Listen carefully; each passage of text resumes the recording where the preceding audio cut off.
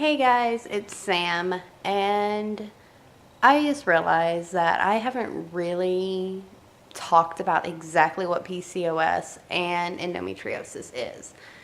So I figured I would sit down and explain about it a bit more for those who don't know, and for those who may be diagnosed or may think they have it, so they can get the facts, because I know that I lacked the facts that I needed for quite a long time. And what I mean by that is I was diagnosed at about age 16, but I probably had it since age 14. And I didn't get all the proper education and treatments that I should have gotten till a year ago. So let me explain. Endometriosis is the first thing I got diagnosed with. Now keep in mind, that was after I did the research and I begged and begged my mom and dad to get me to a different doctor, because the original doctor I was with kept telling me I was too young to have it. Now, endometriosis is where the lining of the uterus that we produce every month grows on the outside of the uterus as well. And it's not just the uterus. I recently found out, now keep in mind, I was limited on my information for years, but I recently found out that it can also go onto your bowels, onto your ovaries. I've even heard of some women that it's going onto like their livers, kidneys, things like that. And that's because I've met a lot of women online through support groups. I'm with an endometriosis and a PCOS support group on Facebook. Just look up endometriosis or PCOS. You can find it. There's a lot of women out there who support each other and give you a lot of information that maybe you're lacking with your doctor. Also, now that's endometriosis. Now what this causes is pain and infertility. Now, when I say pain, you might think, oh, regular menstrual cramps. No, this pain is some of the worst you'll ever feel. The only pain I've ever felt that's worse, sorry, the only pain I've ever felt that's worse is cold air hurting my throat. Childbirth. That's like the next step up. With endometriosis, when the pain hits, I am unable to get out of bed. I am unable to move. I'm crying. I am just in the fetal position, holding my stomach. And I used to miss school for days. I would go a whole week just in pain before the pain got down enough that I could get out of bed. And forget eating, you get sick from the pain. I would get so bad of pain, I would pass out. It's really horrible when you're on staircases, but I've done that. But with PCOS, it's called polycystic ovarian syndrome. Now, common symptoms of polycystic ovarian syndrome can be light bleeding, no bleeding at all, to extremely heavy bleeding. It can be your hair falling out and thinning out really bad, or you can be like me and have really thick hair. Also, because you are creating extra insulin and extra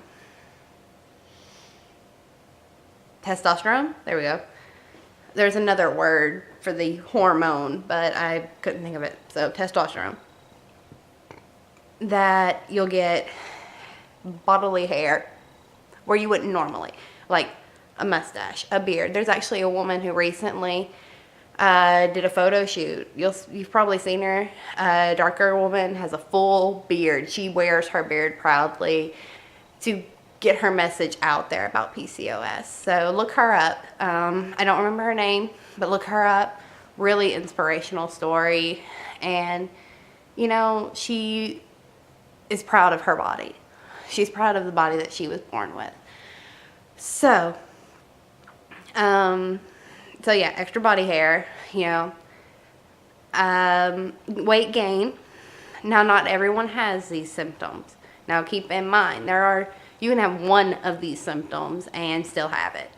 Some women don't even get cysts on their ovaries, but has everything else. And the cysts are pretty bad too. Weight gain is common. If you do tend to be an active person and eat eat somewhat healthy, like me, God, my throat is killing me. Weight gain may not be a problem, but weight loss can be. I can maintain my weight. I always have been able to, but I could not shed a pound. I would stay about the same as always, and if I gained any weight, I wasn't going to lose it. And I finally, got doctors to listen to me. Thanks to Whitney Thor, which I've mentioned her before, I was able to find doctors who knew what was going on and actually worked with me. Now, with endo and PCOS, what I found out is it is a disease, an invisible disease that is so ignored by doctors, gynecologists, everything. It is highly ignored. Now, what I mean by this is it took me, I was diagnosed at age 16. That's what I said, yeah. I was diagnosed at age 16. I'm 24. And I just now got doctors who are actually working with me and actually seem to know what's going on. When I was diagnosed, I was told there was nothing I could do.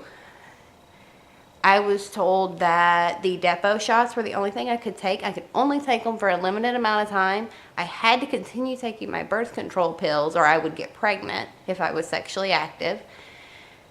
And that if I ever wanted to get rid of my problems, the only option I had was surgery to sterilize me. Get a complete hysterectomy. That's where they take out the uterus, the ovaries, everything. That is what I was told when I was diagnosed. And that's what I believed. I was told that it would be nearly impossible for me to have kids, but that I could go ahead and try, that it could cost me my life, which it almost did, but that there was nothing that they could do. I was screwed, basically. And my doctor had been around for so long. He even delivered me. He was that long, but he was so out of touch with the information that was out there. And I didn't know how to find the information I needed. Now, let me tell you how common endometriosis and PCOS is. 1 in 10 women have endometriosis. 1 to 10 to 1 to 20 women have PCOS. I don't know the exact statistics on how many women have both, but you can imagine that it does overlap, like with me. That many women have both of these illnesses, and yet there is still so little research out there. I've looked. I have tried to find studies nearby that maybe I could do to help out, I have 2 daughters. There's a high probability of them getting the same things I have. My mother had it. My sister had it. I'm pretty sure there's a lot of other women in my family who had it and don't even know. And the sad thing is, if you're old enough to start getting your periods, you're old enough to have these illnesses, and doctors ignore it. I went to my doctor, my first doctor, because I was 12 years old. 12? Yeah, I was 12 years old.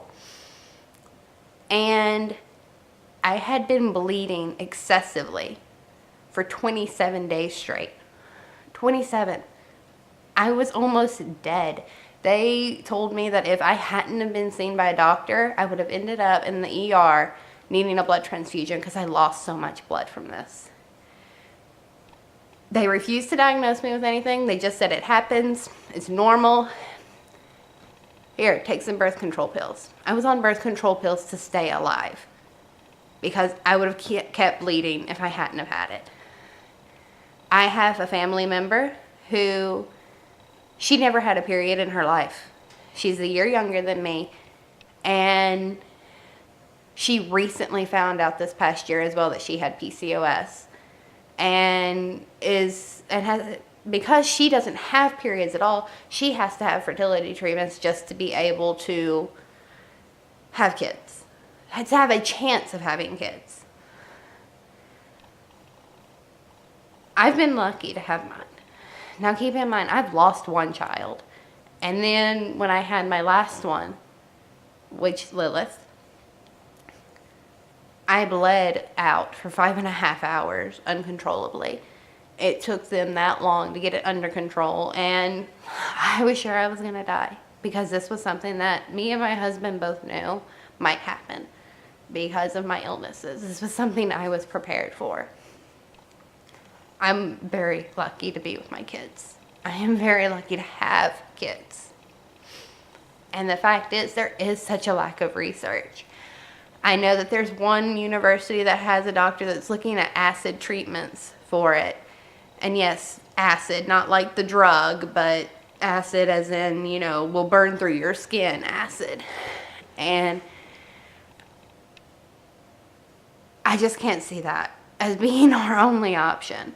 The doctors that I've been with have shown me so much. Oh yeah, acne is another sign of PCOS. That's why a lot of women get ignored as young, because it get ignored when they're younger is because you can confuse that with maturity. But when you keep having it like I do, you gotta wonder. Now I have noticed that even though I still have thick hair, I do shed a lot.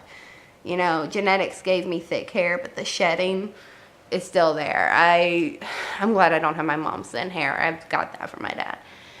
But as I was saying, yeah, it's way too ignored. There needs to be more research. The doctors I'm with now, I'm with a regular, everyday doctor and a gynecologist. And when I went to my gyno, she told me that surgery was not my only option. She got me off my Depo shots, which I had already been corrected a long time ago about. Depo was birth control, so I don't know why they told me to keep taking my birth control pills. I was on birth control either way. But anywho, she got me off my Depo shots, which helped me lose weight, because Depo will make you retain weight. She got me on the IUD. I have the Mirena, and I was scared of it at first. You hear all the horror stories. What you don't hear are the success stories, and I'm a success story. I have lost 40 pounds since I've gotten the Mirena. I have not curled up in the fetal position from pain from my endometriosis since before I got pregnant with Lilith. I got the Mirena pretty quick after having her, so. I haven't had periods in a long time, which I am glad for. Yes, I do take a pregnancy test every once in a while. I know it's a 0.01% chance of me getting pregnant with the Mirena, but I still take them every once in a while just to be sure. Because if you have the Mirena, you don't want to get pregnant. Lots of complications can come from that, yes. But so far, so good. And I'm thinking here. I'm on the Mirena. I got off the Depos. I found that my diet, even though I was doing pretty good, because I'm not even pre-diabetic, because remember, too much insulin will cause you to become diabetic. I was eating pretty healthy, and I was a very active person, so I was very lucky that I was trying to be healthy to begin with, because I'm not pre-diabetic. I'm so happy, and I'm so glad of that. But my diet has had to change even more. More fruits and vegetables, more raw foods, more vegetarian dishes. My doctors want me to go vegan because that's the best option for someone like me with PCOS and endo. But there's certain things I just love. I do love fish. I do love seafood. I love to have a piece of baked chicken every once in a while. And because I have such a diverse family who lives in the South, my doctors have been understanding that vegan may be a little bit hard. And dairy. I love dairy. Absolutely love dairy. Dairy can cause you to have pain symptoms when you have endo. But if it's not bothering you, don't cancel it out of your diet. And I've also learned, don't try to cut things out of your diet completely. Don't go cold turkey, because then you'll end up binging on it later.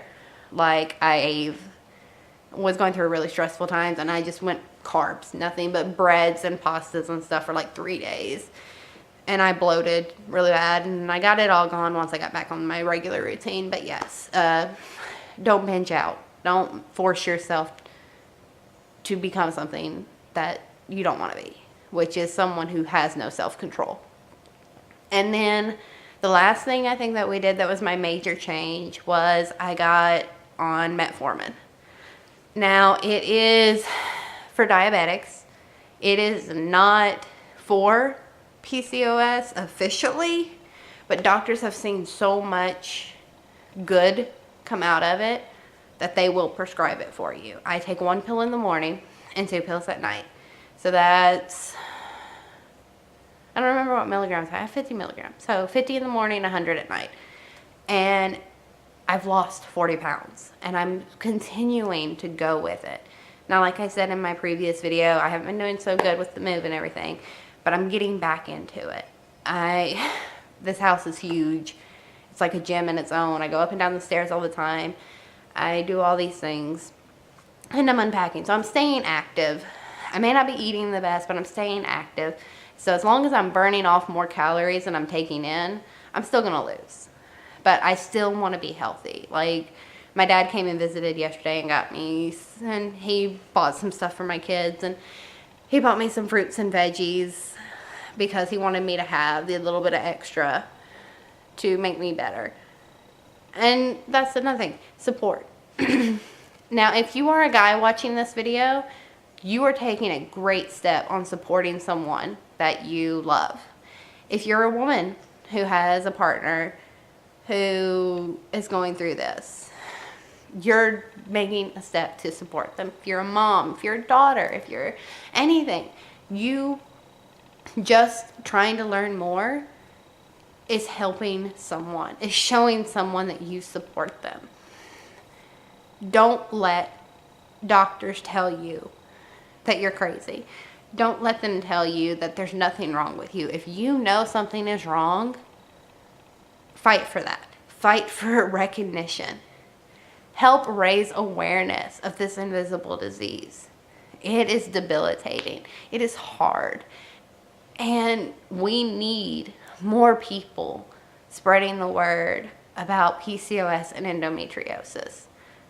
I let one of my original doctors, I let him cut one of my ovaries out. I have one ovary because I was uninformed about my options. I didn't know what could be done for me.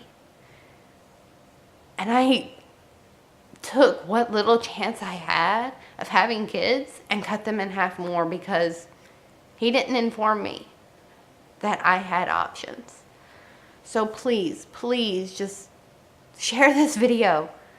Like it, share it, subscribe so other people can see this.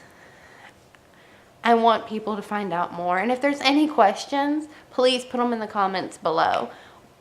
You know, you can, if you can get my email, email me. I'm on Twitter. I'm on Facebook. I'm everywhere. Just, if you have questions, or even if you want someone to just listen to your story, I'm here. So please, down below in the comments, let me know if there is any information you need, any information you want. Tell me what you think about the lack of research out there. Tell me what you think about the lack of knowledge that doctors have.